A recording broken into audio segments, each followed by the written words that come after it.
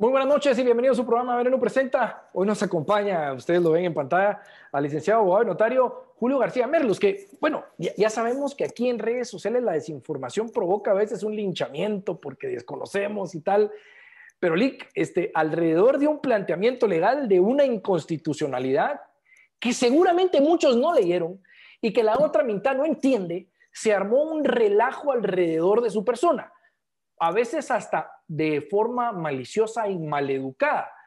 ¿Qué fue lo que se planteó, licenciado, para que la gente con trocitos le vayamos explicando al que no sabe y al malintencionado lo vayamos educando? Buenas noches, Luis Enrique. Muchísimas gracias por invitarme a su programa. La inconstitucionalidad que planteé es en contra del numeral 7 del artículo 51 del Código Penal, que establecía que las penas que estaban contenidas en los capítulos de delitos contra la administración pública y contra la administración de justicia no podían ser conmutables. Para entender esto, tengo que contar unos antecedentes y poner en contexto esta impugnación. En primer lugar, esta norma, o sea, el numeral 7 que hace inconmutables los delitos contra la administración pública y la administración de justicia, fue introducida en el 2012 por la Ley contra la Corrupción. Importante es decir que este proyecto de ley contra la corrupción incluso fue presentado por CICIG y en su momento no incluía esta inconmutabilidad que yo ahora impugno. Esto lo digo porque en las redes se ha desinformado mucho y en ciertos sectores CICIG tenía una credibilidad de ser promotor de la lucha contra la corrupción, ¿verdad? En el proyecto de ellos no iba incluido. ¿Por qué? Pues técnicamente no era procedente, nunca lo fue y fue un error legislativo. Ahora explico por qué. En el Código Penal se clasifican los delitos dependiendo del bien jurídico que tutelan y se estructuran, se colocan dentro de capítulos del Código Penal, por ejemplo, los delitos contra la vida, los delitos patrimoniales, los delitos contra el ambiente, los delitos tributarios y aduaneros. Y hay dos capítulos que incluyen delitos que tienen relación, uno, los delitos contra la administración de justicia y el otro, los delitos contra la administración pública, ¿verdad? Y en esos delitos se incluyen pues, delitos o conductas relacionadas con ambos temas, la administración pública y la administración de justicia. Sin embargo, esta es una estructura nada más, ¿verdad? Y ahí se incluyen algunos delitos que no tienen nada que ver y otros delitos, sobre todo, que no tienen ninguna relación con la corrupción. Entonces, por ejemplo, el ultraje a símbolos patrios, ¿verdad? Es un delito que está contenido en estos capítulos. Tiene que ver eso ahí, pues. No tiene nada que ver, pero en algún lado hay que ponerlo. Claro. Y es parte de la estructura del código que no obedece perfectamente a una clasificación. Pero no solo no tiene que ver, digamos, con un delito realmente de funcionarios públicos, sino que tampoco tiene que ver con la lucha contra la corrupción. Y estos delitos quedaron sin conmuta. Y por lo general, estos delitos son menores, no tienen relación con temas de la corrupción y se establecía la inconmutabilidad. Entonces, lo que yo hice ver ante la Corte de Constitucionalidad fue una mala técnica legislativa. Y ahora explico este concepto. La Corte de Constitucionalidad ha dicho que hay una garantía constitucional que se llama la razonabilidad. Es muy sencillo de entender. Una ley tiene un objetivo y debe evaluarse la razonabilidad entre el objetivo de esa ley y el contenido de la misma. O sea, en este caso, la ley quiere combatir la corrupción. ¿Cómo vamos a combatir la corrupción? Ese estudio se llama un análisis de razonabilidad. Y cuando nosotros hacemos ese análisis de razonabilidad, decimos, si yo quiero combatir la corrupción, debo de regular los delitos definidos como de corrupción. Pero si yo lo que hago es hacer inconmutables delitos que no tienen nada que ver contra la corrupción, no hay razonabilidad. O sea, no estoy tomando los mecanismos, las medidas para atacar la corrupción. O sea, en términos más ligeros, metieron al combo cosas que no tienen nada que ver, porque estaban incluidos en algún lugar y no se contempló que por ser delitos de menor impacto, pues sí podían tener la posibilidad de tener una conmutabilidad. Ahora, para hacer un poco más dinámico el rol, porque es que fue impresionante. Ese es un fenómeno de evaluar en redes sociales, ¿verdad? Y la primera pregunta o la segunda pregunta ya no tiene nada que ver con el tema legal. O sea, cuando nos metimos en las redes sociales, periodistas, abogados, se fueron con el titular que alguien puso y ese titular fue regado por los demás medios en redes sociales y sobre eso se emitieron opiniones, sobre eso se emitieron críticas, sobre eso empezaron también de alguna forma a demeritar su función, y yo leí la resolución y dije, no tiene absolutamente nada que ver con lo que están planteando. Esa es una. ¿Por qué es que se suben, digamos, a temas, es que hay un abogado que ahora lo que quiere es de una vez deshacerse de la lucha contra la corrupción? Y era impresionante la cantidad de gente que estaba subida en esa ola sin ni siquiera entender lo que dice la resolución o haberla leído. ¿Qué es lo que hay detrás de lo legal, Lick? Porque es que esto es un ejemplo más que evidente de darle a la persona y meter sobre la ola de la atención cosas que no son ciertas. Sí, hubo mucha desinformación y algunos mensajes clave falaces. Uno de ellos fue, ahora no habrá prisión para los delitos contra la corrupción. Y eso es falso. Ahora todos se van a salir libres. Dice. Ahora todos van a salir libres. Esa fue una falacia. Eso no es cierto, porque los delitos típicos de corrupción, por ejemplo, el cohecho activo, el cohecho pasivo, el fraude, la malversación, casi todos los delitos tienen penas en un rango que van de 5 a 10 años, ¿verdad? O pueden ser de 2 a 6 años, pero hay rangos, la mayoría de 5 a 10 años. Entonces, esto es común en todos los delitos, de todos los tipos de delitos, ¿verdad? Como hablábamos, contra la vida, de narcotráfico, todos tienen rangos. ¿Por qué? Porque en la aplicación al caso concreto, cada caso es diferente y es función precisamente del juez analizar el caso concreto y dependiendo de los detalles de cada caso, de los elementos de cada caso, de la conducta, agravantes, atenuantes, el juez va a fijar una pena. Por eso es que tiene un rango, porque no todos los casos son iguales. Si no, no necesitaríamos un juez, ¿verdad? Podríamos hablar, se ha dicho, de la inteligencia artificial, ¿verdad? Metemos la ley y entonces una computadora dice, esta sería la pena. Eso no existe, es ciencia ficción, ¿verdad? Para eso se necesita un juez que pueda evaluar esos hechos y fijar entre un rango. Entonces, los delitos contra la corrupción tienen un mínimo de 5 años, algunos de ellos, ¿verdad? Como el cohecho activo, por ejemplo, tiene mínimo 5 años. Solo si se fija el mínimo de 5 años, esa pena sería conmutable.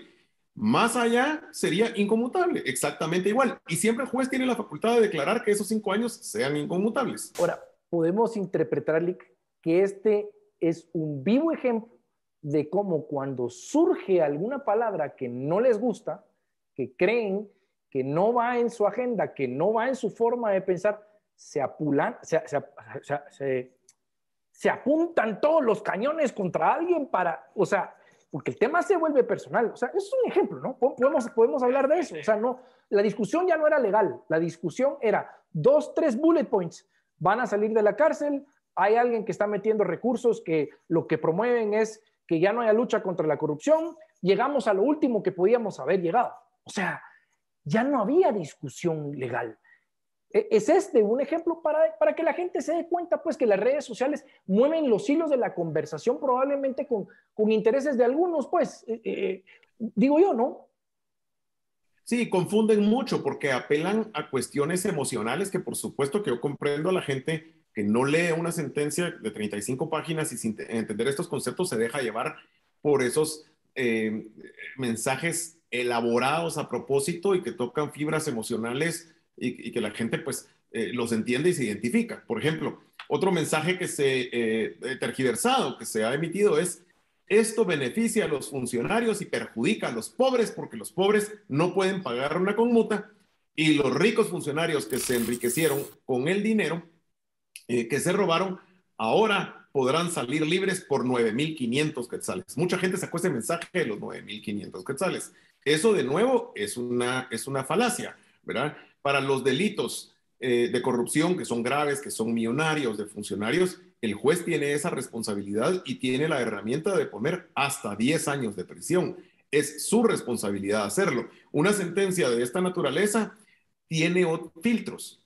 O sea, dicta la sentencia un juez de primera instancia, se puede apelar, o sea, la revisa una sala de apelaciones, y la pena, sobre todo la fijación de la pena, es algo que siempre se ve en casación. O sea, hay otras instancias que ven la aplicación del derecho al hecho, ¿verdad? Entonces, es una falacia decir ahora van a salir fácil y que un juez tenga carta libre para dejar libre a un funcionario digamos, de un delito de corrupción grave, que puede darse en cualquiera de los delitos, una discrecionalidad o arbitrariedad de un juez, pero esto es revisable por otras instancias. Entonces, se saca de contexto, ¿verdad? Ahora, hagámoslo al revés, Nick.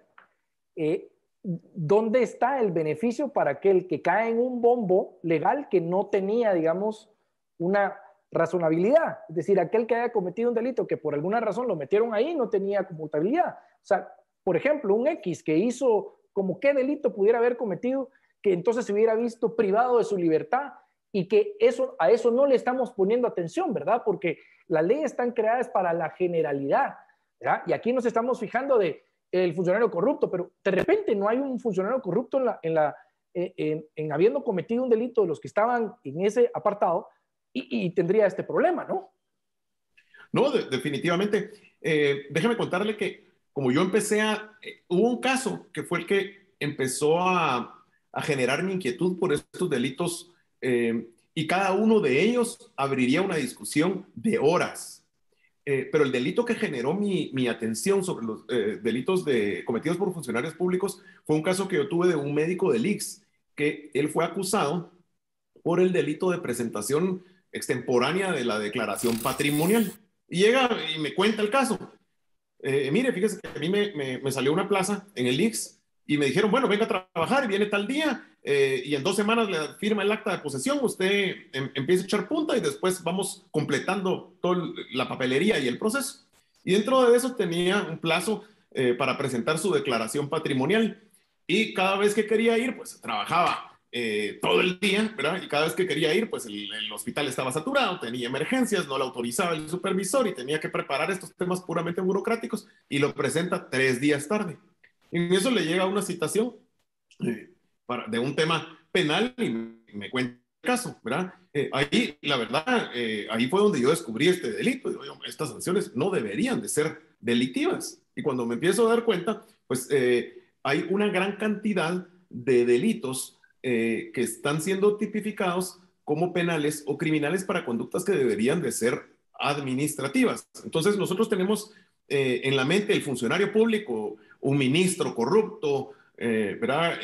O un funcionario, un diputado, pero funcionarios y empleados públicos hay de todas las categorías, y estoy casi seguro que este tema de los médicos no ha de ser exclusivo de este médico que me buscó, sino muchos han de estar en una situación parecida, que tiene que buscar un abogado penalista. Entonces me di cuenta de la desnaturalización del tema penal, de la criminalización de ciertas actividades, y así pues hay otros delitos, ¿verdad? Como el incumplimiento de deberes es un delito que es bastante abstracto, ¿verdad? Y cada uno, como les digo, si lo analizamos, podría generar una inconstitucionalidad, ¿verdad? El incumplimiento de deberes, cualquier funcionario podría caer en ese delito, ¿verdad? Porque es muy abstracto. No, y otra cosa, ¿verdad? Que vale la pena evidenciar que no es que nos lo estemos inventando. Aquí cada corte que pasa, habrán algunos que están a favor de sus resoluciones y otras no, ¿verdad?